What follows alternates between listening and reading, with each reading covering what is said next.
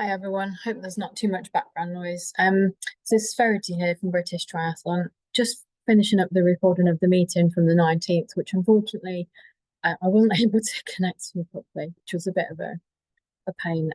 But yeah, what I've done is I've recorded this section afterwards and put the slides into the video. So if you're catching up, here is the whole thing. And if you did attend the other night, thank you for your patience. And also thanks to Johnny from Nirvana and Hugh and Siobhan from Yellow Jersey for picking things up for me. So that was some housekeeping from the night. So here's a quick brief update of where all the teams are. Olsdorf and Rimia are now finally closed and teams have been entered. Check your on the start list. Emails will go out later this week. Pamplona, Pontevedra final payment deadlines are the 4th of April, and those are set in stone. We can't take any late payments, so please don't forget to enter. Pay your registration fee. Sorry, your international race fee. With Xterra, that's kind of ongoing at the minute. That's in August. Istanbul, we have the meeting Thursday lunchtime, which you should have had the invite to. If you've not, please let me know. But I'll also ping out an email probably tomorrow just to remind everyone.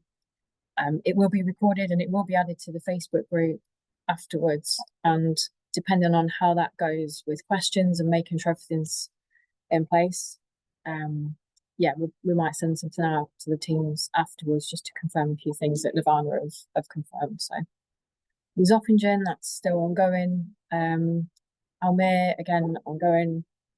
And Wollongong, the link to the race entry fee payments should be sent out by the end of this week. Okay. If you have missed the payment deadline from Wollongong, the IRF, please contact your team manager. Okay, and then they will let me know. And if we normally have a few people that miss the deadlines, and if there's room in the age group, it's generally not a problem. Or if registration's still open, it's generally not a problem to put you back in. But please be aware that if there are people waiting for roll downs, it might be a while before we can get you in. So here's some medal stats from the winter triathlon duathlon team. So we just wanted to celebrate success this year. We're going to try and do this for every team. As you can see, the team massively punched above their weight. So we had 8 people competing in the duathlon and 11 in the triathlon. And we've got 3 medals from the duathlon and 2 in the triathlon. So well done, guys. A couple of DNFs, but everyone is okay. And hope to see you all on the start line next year. These were the, as we've gone past this now, the British Sprint Distance Duathlon Championships did take place on Sunday at the weekend. I hear it went very well. We've got some new British Sprint Distance Duathlon champions crowned. And hopefully we've made a bit more of an event this year and everyone has really enjoyed themselves. There's another inaugural British Championships coming up, and that's on the 11th of May. That is the British Standard Distance Aquabike Championships at Burley House in Stamford, Lincolnshire. Very easy to get to. It's a closed road course, so hopefully we'll be really safe and fast. And incorporating on the same day is the British Standard Distance Triathlon Championships as well. Okay, and then on the 6th of April is the Welsh Duathlon Championships. 5-star right the way down to 2-star. So we've got some really good accommodation options. We are operating a really comprehensive transport service for that. So we'll have transport to get to and from the event site, because the event site's a little bit remote as such. There isn't any hotels physically on the event site. So we're going to operate a really robust transport service for you, your bicycles, spectators, partners, and everything in between for that event. Obviously, we've had events in Turkey in the past, and for those of you who remember the 2013 championships in Alanya, it was a really great event, but it threw up a few challenges, especially around just things like airport security and things like that. So we're working really closely with the Turkish Federation and the Asian Federation, as well as ETU, to make sure we've got the best possible provision for that event. So I'm really, really excited about it, especially now they've got a confirmed date. And actually, I think it might work slightly better for a lot of people because it's still within school holidays. And not everybody obviously has got kids, but for those that wanted to take it as a vacation rather than taking the kids out of school for an extra few days, I think it'll be really, really good. So next Thursday we'll have our launch date. For those of you who've already registered on our website on the Notify Me section, you will get a slight heads up. You'll get a pre-access code to be able to go and book. So for anybody that wants to get pre-access, please go onto the website, onto the British Triathlon section, go onto the Notify Me and fill in the Notify Me box. You will get an early access link. A small availability to get a workaround. Just because we are the European partner on that event, we wanted to give Team GB access early. So if you guys go on the website and register, you'll get early access ahead of any of the European federations. And because we are the European appointed partner, obviously we're managing accommodation for the Europeans and the Asians because it's an Asian championship as well. Next is, where are we going to next? Zoffingen, I think we're going to next. We still have a couple of rooms available in that hotel. We've kind of created a team, as I've said a few times before, we've created a multinational team hub. So really we'll have the Brits, the Americans, the Aussies in one hotel, and it means that we can offer our services to a slightly wider range of individuals rather than just a smaller team. So I know there'll be a GB team manager that's attending that championship, and we'll have our bicycle mechanics and our staff there as well. So if anybody wants to book that, we still have rooms available. Wollongong is not next. Where's next after that? Someone's going to have to help me out here. Almere. We've got a few options for Almere. So the Val de Vark Hotel is one of the hotels that anybody normally attends Almere will know that's the best located hotel. We have got some rooms in that hotel. It's probably the best hotel for the event. So obviously we can do our transport accommodation, airport transfers, our bike mechanic at that event as well. And Wollongong, we still have a few available rooms in the team hotel and the Toto Hotel. We are sold out as of the moment of Novotel North Point, and maybe 2 or 3 other options. We still have some apart hotels, as well as some of either the budget hotels and the Sage Hotel, which is probably the most expensive hotel there. One thing that I'm really keen to get a gauge from this evening, and if anybody wants to put it in the comments when I talk about this, is we're really conscious that Wollongong is not a cheap destination to travel to. The accommodation is at a slight premium, and obviously for us Brits traveling to Australia, it is an expensive destination to travel to. So pre-COVID, we used to do a room share where basically anybody that wanted to, as a solo traveler, who wanted us to share them up with a same-sex individual, they would just go on our website and book twin share male, twin share female, and it was essentially we would half the accommodation cost and find another male and or female within the same sex to twin you up with, normally as best as we could within the same age range, so that we didn't have a significant difference in age range. But it was really, really good at major championships for us to be able to do that, to offer a better value a better value option for those that were traveling to the event on a shared basis. It also really kind of allowed people who were solo travelers to have a buddy throughout the championships, who either had, especially if they were traveling alone. So we really want to bring that back this year, and I'm gonna put it online for Wollongong, but I just really wanted to kind of gauge your initial thoughts on it. When Verity and I talked about it last week, we did think it will be a good thing to bring in, but if it's something that the team feel that it is a good option and we would be really welcome to it, we'll put it on straight away, and I say we'll have that as an offering. I can see somebody's made reference to bike hire. There is, I believe, some medium bikes have just come back along with the Fellow Sport, I think. So they had a waiting list, and they dropped us an email the other day saying that they've managed to secure some more bikes. So what we what we're doing is we're just trying to understand exactly what sizes they've got. If you've already communicated with our team and you've either put yourself on the waiting list for the Wollongong bike rentals, then they'll be notifying people. Or anybody that's inquired with us, we'll continue to communicate that with the team in Wollongong. Our team plan to go back out to Wollongong next month. The test event is, I think, on the 20th of April, and they will be travelling back out to Wollongong imminently. And they plan to talk to a few other companies within the area to see if we can bring some bikes down and we can support in terms of those logistical elements. So I'm hoping that we'll have some more bikes come online. I've just thought, Pontevedra, we didn't talk about Pontevedra, which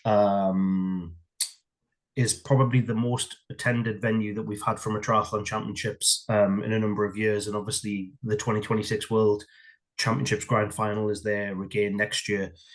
We are sold out of rooms within Pontevedra itself.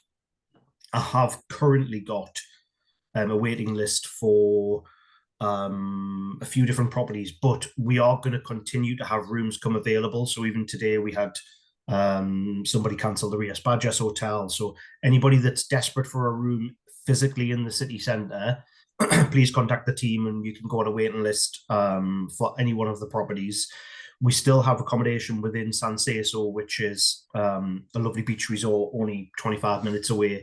We've operated that area for a number of years now, and it's always been really well perceived. We're going to change it slightly this year, where we're going to have all of our infrastructure in Pontevedra Centre. So the main team hotel will house bike mechanics, physios, and obviously the team management. We will also have a bike mechanic in San Seso, but the expectation, unlike when we operated the event there 2 years ago, people will go to the team hotel in Pontevedra for any of those services. San Seso, we've got currently 3 hotel options still available, and we are operating in collaboration with the LOC and the Spanish Federation a really comprehensive and robust transport service between the two. We have a meeting this week just to follow up on the cross-tri transport, which will be operating for the Spanish Federation. So once we've finalised that this week, we'll communicate quite efficiently, and whether that goes out through us or through British Triathlon, or whether it goes out through World Triathlon on the Federation's website, just around exactly what that service offering will be. But we'll have a really good provision for transport. Sorry, I'm just going to quickly go through some of these questions. Room share Istanbul. Yes, we will definitely have room share in Istanbul. So the concept was that I was going to put it live straight away in Wollongong because we can do, but I really think that Istanbul will be another good destination to have it. And European Champs in the past has been really, really well received from the room share. So we'll definitely have that. You'll book through Nirvana, try to work out if any options that we're viable to attend, even when the locations are wrong. Okay, so we have been in collaboration with the Turkish Federation, who are essentially the host of the event. We will have a wide range of accommodation options, and we have been asked to operate transport from those hotels. We're not 100% sure, and this is part of the reason why our team have flown over this week, was actually to finalise some of those transport questions, because we do want to operate transport from hubs, so people who are looking to secure their own accommodation outside of either our properties or the LOC properties, that they can still travel in and out of the event. Now, you may know from a Pamplona's point of view, and I can see there's a question on Pamplona, the Spanish Federation and the LOC have said that the only way to get to the event site is by using the shuttle buses. We may have the same scenario in Istanbul, where they have suggested that the most efficient way to get in collaboration with the transport plan is to operate shuttles. So there may be a rationale to have hubs, and therefore you can travel to the hub or you can stay near the hub and get that transport in. That's part of the reason why we've delayed the rollout this week. So I hope that answers the question. When it goes live next week, is it the same going on sale? So that means Thursday the 27th. I'm away in Lanzarote with limited phone and or internet. So I suspect that the current plan is that we'll do a lunchtime town hall. If you and then we'll put the product on sale later that evening. So for those who've registered on the website, as I said before, who want early access, they will be the first to know. I can't tell you exactly what time it'll go live just because we need to figure out those last little bits, but we'll talk about that on the town hall next Thursday. There'll also be some pre-coms that goes out saying exactly what that means and when it will go on sale next week.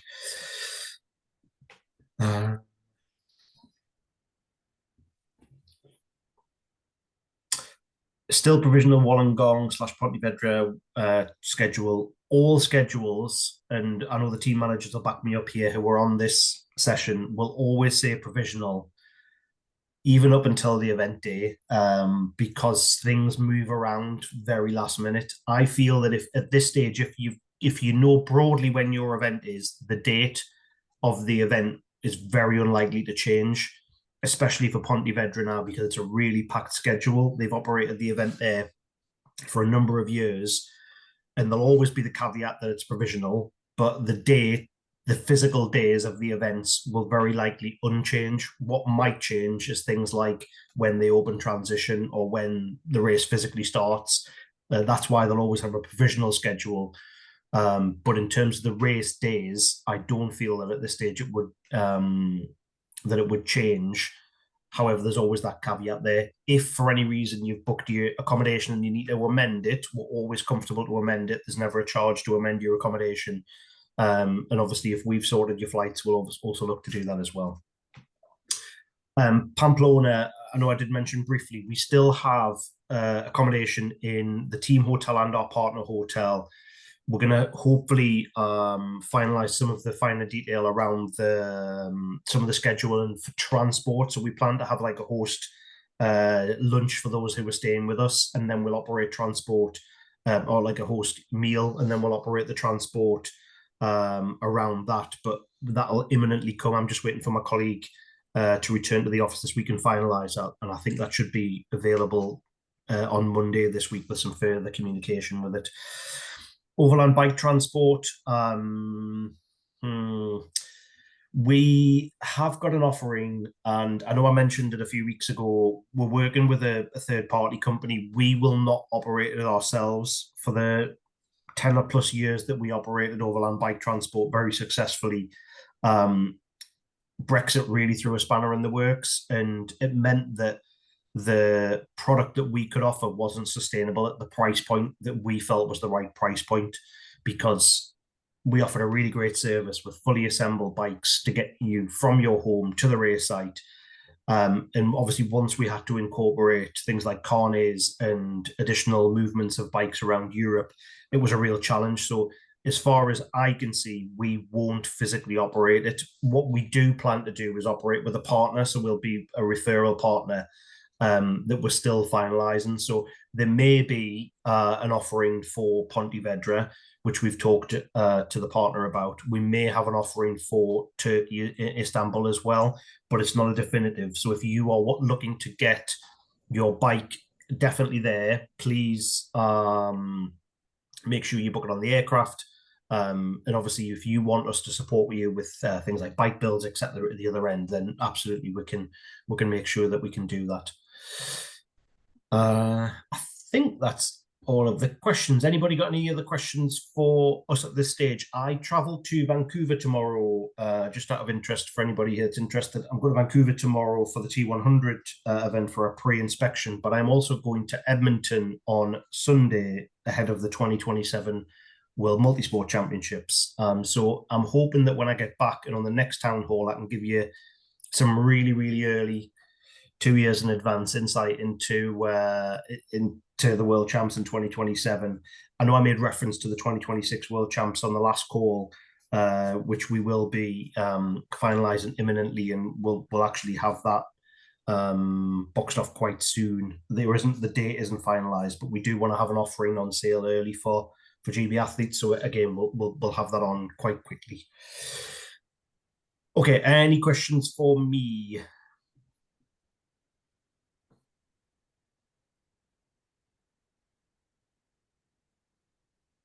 No? No. Fabulous. I don't know whether Ryan is Um, on. It's not going to be Ryan. Johnny, I'm Hi here. mate, how you doing? I'm very well. Hopefully you can see me. I'm just going to move on, Sarah, because Yes, I sorry. can actually see a question here. Someone's asked Good. about Skicon Aero Comfort Road Bag. Right, we want people to use hard plastic, aluminium, or carbon fiber bike boxes. However, we understand they are very expensive. We do have a small list of approved bags, one of which is the Aero Comfort Road Bag. For anyone who doesn't know, it's a semi-rigid bike bag where the bicycle slots into a rack at the bottom of the bag via skewers. It's largely well, you don't really need to take much off the bike for the bag off the bike for it to fit in the bag. Where you compare it to something like a bike box Allen, you've got to remove lots of the bike. We have a bike box guide on our website. If you email support@yellowjersey.co.uk, we can point you in that direction, and you can share that, or I can share the document with you guys. It's a very popular travel bag due to the fact that it's so easy to use, and it's relatively cheap as far as bike boxes go. So hopefully that answers your question. I'm very confident your bag would be covered. Yes. There's Can another I one. ask a question? Sorry, I was one of the people whose kind of questions disappeared off the screen. Yep. So I am an existing Yellow Jersey customer, but it was before you did the kind of tiered things. Yeah. Okay. But I did kind of say that cycling was one of my activities, but I don't know whether that was just general cycling or racing. Do I need to kind of check that with No, you? there's nothing you need to worry about. That was actually that was in preparation to gather information on what people are doing. So when they come to renewal, we'll be able to invite your renewal on the correct pack. What you may find is that as you've entered that information, your renewal will be invited on the basis of whatever cycling you clicked on. Is that a problem? Should you need to upgrade or downgrade the policy? No, like the renewal will be sent, and you can adjust and amend as necessary.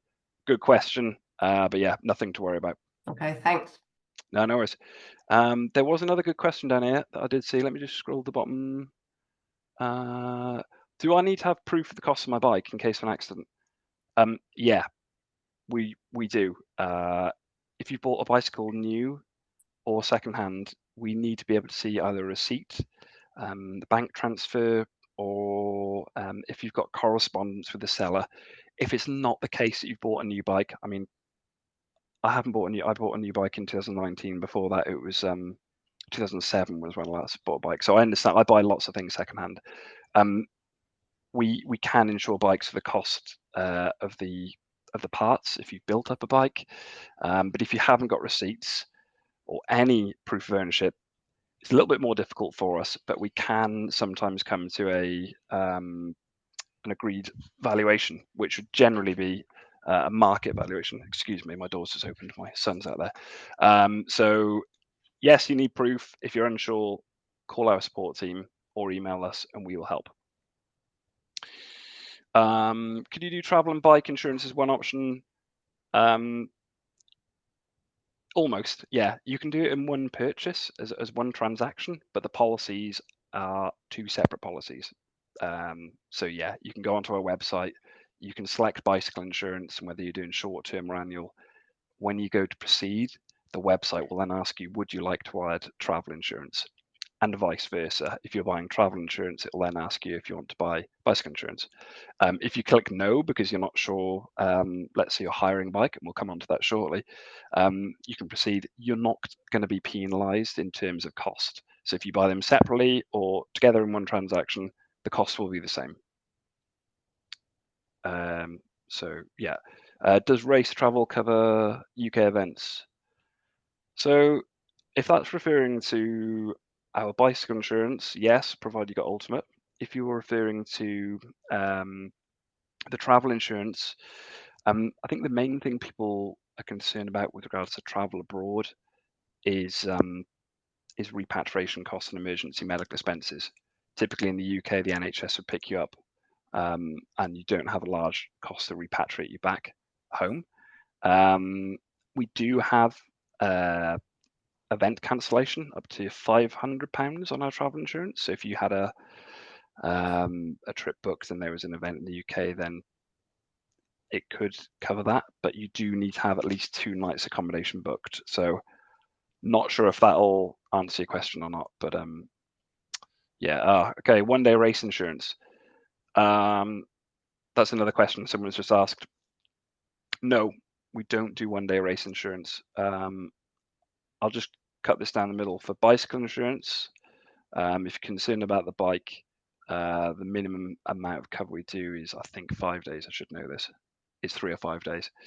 For travel insurance, we need to cover the full duration of the trip. We do not have a product where you can simply cover your race day. So it must be the full duration of the trip. There's another one here. Will changes to a bike, did you change of wheels affect insurance claims if you haven't been notified? Yeah. So we often get this where people will buy, let's say, a £4,000 Specialized, and they'll buy a £2,000 wheel set. So the total value of the bike, £6,000. If the additional wheel set hasn't been added on, the bicycle will be underinsured. Your payment will be proportionally reduced, regardless of whether or not the wheel set is damaged. One of the main reasons for this is theft. Like a £6,000 bike is going to be more appealing to a thief, for example, than a £4,000 bike. So you've always got to insure it for the full cost of the bike plus your upgrades. And if you're unsure, ring us and we'll help. Hopefully that answers that one. If you buy travel insurance, hang on, sorry. Is the choice just 1 year or short term? I use a 3-month option for the race season. For travel insurance, yeah, it's short term. So we can do single trip policies for travel, and we can also do annual multi-trip. Yeah, we don't have like a shorter option than that. The same goes for the bicycle insurance. It's short term up to 31 days or an annual cover. It's worth noting that once a policy is live after 14 days, we can't cancel them. So you can't just cancel and then receive a return premium for the unused insurance.